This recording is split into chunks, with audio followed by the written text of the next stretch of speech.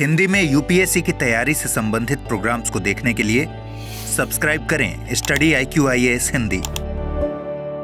नमस्कार दोस्तों, कई बार सिविल सेवा परीक्षा की तैयारी करने वाले एस्पायरेंट्स या फिर स्टूडेंट्स के बीच में ये सवाल चर्चा का विषय रहता है कि क्या सभी विषय पढ़ना ज़रूरी है।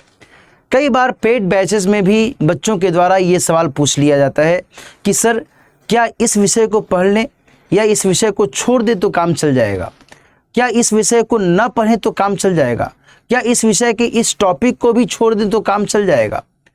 यहाँ पर कई बार इस तरीके की जो उलझनें हैं बच्चों को घेरते रहती हैं। आपके मन में भी इस तरीके के सवाल आते रहते होंगे। आपको क्या लगता है कि क्या किसी विषय को छोड़ देने से सिविल सेवा परीक्षा में सफलता मिल सकती है? यदि आप ऐसा विचार करते हैं तो शायद आप गलतफहमी में हैं। दोस्तों, जब हम सिविल सेवा परीक्षा से संबंधित जीएस के पाठ्यक्रम को देखें तो हमेशा इस बात का ध्यान रखने की आवश्यकता है कि जीएस का पाठ्यक्रम होलिस्टिक अप्रोच को कवर करता रहता है। और इस होलिस्टिक अप्रोच में ध्यान रखिएगा कि आपको कई सारे विषयों का अध्ययन करना होता है। यहाँ पर सवाल यह है कि आखिर इतने सारे विषयों का अध्ययन क्यों करना होता है, क्यों इतना बड़ा जो सिलेबस है, क्यों इतना वास्ट सिलेबस यूपीएससी के द्वारा दिया गया है। भाई, आप तैयारी कर रहे हैं IAS बनने के लिए, और IAS का मतलब ये होता है कि आपके पास में कई सारे क्षेत्रों से संबंधित सामान्य जानकारी एटलीस्ट होनी चाहिए। कुछ खास क्षेत्रों के स्तर पर तो आपको खास जानकारी भी होनी चाहिए, है कि नहीं? तो इसलिए इतने सारे विषयों का अध्ययन करवाया जाता है। कई सारे विषय जैसे कि इतिहास, कला संस्कृति, पर्यावरण पारिस्थितिकी, विज्ञान और प्रौद्योगिकी, एथिक्स, आपदा प्रबंधन, भूगोल, इन सभी के बारे में आपको जानकारी होनी चाहिए। क्योंकि कल को आप किसी भी क्षेत्र में, किसी भी फील्ड में आप जाते हैं काम करने के लिए, तो आपको उसके बारे में एक मोटे तौर पर आइडिया हो सकता है। और यदि आपके पास में मोटे तौर पर जानकारी है तो फिर आप उसके अकॉर्डिंग अपनी जो स्थिति है उसको और सुदृढ़ कर सकते हैं, आप अच्छे से कामकाज कर सकते हैं। इन सभी बातों का ख्याल रखा जाता है और इसी वजह से कई सारे विषयों का अध्ययन करना बेहतर माना जाता है। इसके अलावा आपको हमेशा इस बात का ध्यान रखने की आवश्यकता है दोस्तों कि भाई, जब हम प्रारंभिक परीक्षा की बात करते हैं तो जीएस में 100 सवाल पूछे जाते हैं, और इन 100 सवालों के आधार पर ये हमेशा ध्यान रखना है कि सवाल कई सारे विषयों से जुड़े हुए होते हैं। ऐसा नहीं है कि किसी खास सब्जेक्ट को ही सबसे ज़्यादा वेटेज दिया जाता है। किस वर्ष की परीक्षा में किस सब्जेक्ट से ज़्यादा सवाल पूछा जाएगा ये कोई नहीं जानता। ये सारी जो व्यवस्थाएं हैं ये रैंडमली होती हैं।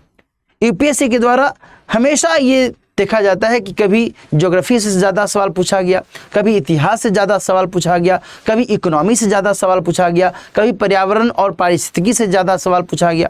कहने का मतलब ये कि आपकी तैयारी सभी विषयों के लेवल पर होनी चाहिए।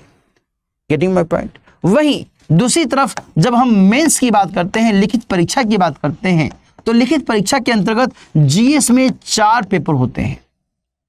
और ध्यान रखिएगा, हर एक पेपर 250 मार्क्स का होता है। ऐसा नहीं है कि इसमें से कोई पेपर कम मार्क्स का है या कोई पेपर ज़्यादा मार्क्स का है, सभी का समान वेटेज है। और आपको इन चारों पेपर में परफॉर्म करने की ज़रूरत होती है, तब आप एक बेहतर मार्क्स लाने की स्थिति में आते हैं। और जब आप वो बेहतर मार्क्स लाते हैं तब वो आपके लिए सपोर्टिव रोल निभाता है, आप मेरिट लिस्ट में आ सकते हैं। Getting my point? तो यहाँ पर भी हमेशा इस बात का ध्यान रखना होता है कि ऐसा नहीं है कि जीएस के एक पेपर को हम अच्छे से पढ़ लें और बाकी 2 पेपर हम छोड़ दें या बिल्कुल ही हम उसको नज़रअंदाज कर दें। ऐसा नहीं होना चाहिए। आपको सभी विषयों को इस अनुपात के साथ पढ़ना चाहिए कि किसी विषय में यदि आपने बहुत अच्छी तैयारी कर ली है तो बाकी किसी दूसरे विषय में आपकी तैयारी सामान्य तौर पर तो होनी ही चाहिए। आप यदि उसको बिल्कुल नेग्लेक्ट करेंगे तो वो एग्जामिनेशन हॉल में आपको टॉर्चर कर सकता है, क्योंकि सवाल तो वहाँ से भी आता है, सवाल वहाँ से भी आ सकता है। Getting my point? तो इन बातों का ध्यान रखने की आवश्यकता है और इस तरीके से आपकी तैयारी संपूर्ण तौर पर होनी चाहिए। और इन्हीं बातों को मद्देनजर रखते हुए स्टडी IQ IAS टीम के द्वारा इस संपूर्ण बैच की शुरुआत की गई है। यदि आप इस कोर्स का हिस्सा बनना चाहते हैं दोस्तों, तो राइट नाउ आप दिलीप लाइव कोड का इस्तेमाल करते हुए इस कोर्स से जुड़ सकते हैं। ध्यान रखिएगा कि 31 मार्च तक इस कोर्स में एडमिशन की अंतिम तिथि है। इसमें 3 अलग अलग बैचेस के बारे में जानकारी दी गई है, सिल्वर, गोल्ड और प्लैटिनम बैच। इनमें से जिस भी बैच में आपको आसानी से लगता है कि मुझे इसमें एडमिशन लेना चाहिए, इसमें जो भी फीचर्स हैं उन फीचर्स को आप एक बार देख लीजिए। इसी वीडियो के डिस्क्रिप्शन में जो लिंक दिया हुआ है उस लिंक को आप क्लिक कीजिएगा तो इनके सभी फीचर्स को आप देख सकते हैं, समझ सकते हैं। देन आफ्टर उसके अकॉर्डिंग आप इसमें से किसी भी बैच में एडमिशन ले सकते हैं। ध्यान रखिएगा कि जो सबसे मिनिमम फी है वो सिल्वर बैच में है 9,999 रुपये। इसके अंतर्गत आपको रिकॉर्डेड कक्षाएं मिलती हैं और साथ ही आपको जो कंटेंट है वो PDF फॉर्मेट में पहुंचा दिया जाता है। तो इस तरीके से इन तीनों बैचेस के बारे में आप एक बार इनके फीचर्स को देखते हुए समझ लीजिए। देन आफ्टर अपनी सुविधा के अनुसार इसमें से किसी भी बैच को आप ज्वाइन कर सकते हैं।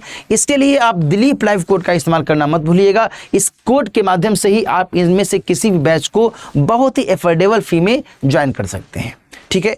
इसके अलावा इस पार्टिकुलर बैच को लेकर के आपके पास में कोई भी यदि कोई अदरवाइज सवाल है, कोई भी आपकी क्वेरी है, तो आप मुझसे जुड़ सकते हैं मेरे इस मेल ID के माध्यम से dilip.kumar@studyiq.com।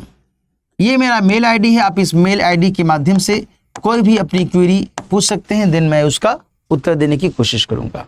आज की चर्चा हम लोग यहीं पर समाप्त करते हैं। मिलते हैं फिर, अपना ख्याल रखिए। All the best.